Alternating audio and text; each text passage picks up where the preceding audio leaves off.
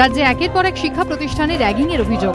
তার মাঝেই এবার র্যাগিং এর ঘটনায় দোষীদের সাজা মকুবের দাবিতে ছাত্র আন্দোলন যাদবপুর বিশ্ববিদ্যালয়।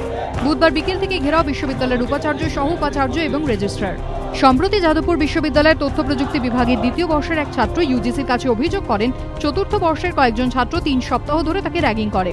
বিশ্ববিদ্যালয়ের তদন্ত কমিটির রিপোর্টে কনস্ট্রাকশন ইঞ্জিনিয়ারিং বিভাগের চতুর্থ বর্ষের এক ছাত্র এবং প্রিন্টিং ইঞ্জিনিয়ারিং এর এক ছাত্রকে দোষী সাব্যস্ত করা হয়। এরপর কনস্ট্রাকশন ইঞ্জিনিয়ারিং বিভাগের অভিযুক্ত পড়ুয়াকে 2টি ও প্রিন্টিং ইঞ্জিনিয়ারিং এর অভিযুক্তকে 1টি সেমিস্টার থেকে সাসপেন্ড করার সিদ্ধান্ত নেওয়া হয়। যে হস্টেলে এই ঘটনাটি ঘটে সেখান থেকে পাকাপাকিভাবে বহিষ্কার করা হয় অভিযুক্ত 2 ছাত্রকে।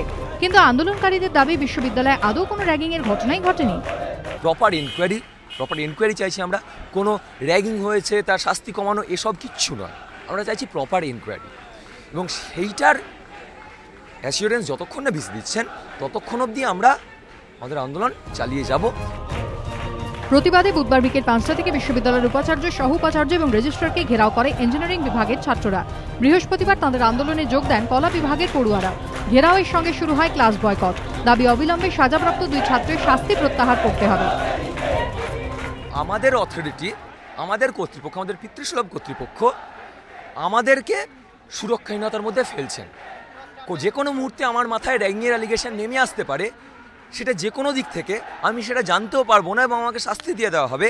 আমার সাথে কথা না বলে, আমার বন্ধুদের সাথে কথা না বলে, এই রকম নিরাপত্তাহীনতার মধ্যে, এরকম অগণতান্ত্রিকতার মধ্যে আমরা ক্লাস করতে পারছি না। এটা গোটা ইঞ্জিনিয়ারিংয়ের প্রত্যেকটি স্টুডেন্ট মনে করছে এবং তার বেসিসে আজকে ক্লাস বয়কট শুরু হয়েছে। যদিও শাস্তি নিয়ে অনড় বিশ্ববিদ্যালয় কর্তৃপক্ষ। সেটা ইউনিভার্সিটি একটা জায়গা থেকে অনেক ভাবনা চিন্তার মধ্য দিয়ে এই সিদ্ধান্তটা নিয়েছে। সুতরাং এখন এই মুহূর্তে এই সিদ্ধান্ত কোনোভাবেই, এই মুহূর্তে কেন, কোনো সময় এই সিদ্ধান্ত সরানোর কোনো জায়গা নেই। ছাত্রদের এই আন্দোলনে তীব্র নিন্দায় সরব শিক্ষা মহল। আমি মনে করি এই আন্দোলন একেবারেই অনুচিত আন্দোলন এবং অসংগত আন্দোলন। র্যাগিং করলে তাকে শাস্তি পেতেই হবে, এইটা হচ্ছে আমার নিজের মূল্যবোধ বলে।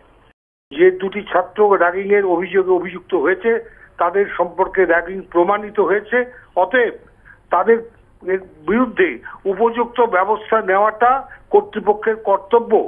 ছাত্রদের দাবি সম্পূর্ণ অন্যায্য। র্যাগিং যে নিন্দনীয় এ বিষয়ে কারো মনে কোনো সন্দেহ নেই। বিভিন্ন মহল বারবার সোচ্চার হয়েছে র্যাগিং এর বিরোধিতায়, কিন্তু সেখানে র্যাগিং এ দোষী প্রমাণিত ছাত্রদেরই সাজা মকুবের দাবিতে যাদবপুর বিশ্ববিদ্যালয়ের ছাত্রছাত্রীদের একাংশের এই আন্দোলন কোন যুক্তিতে বুঝে উঠতে পারছে না শিক্ষা মহল।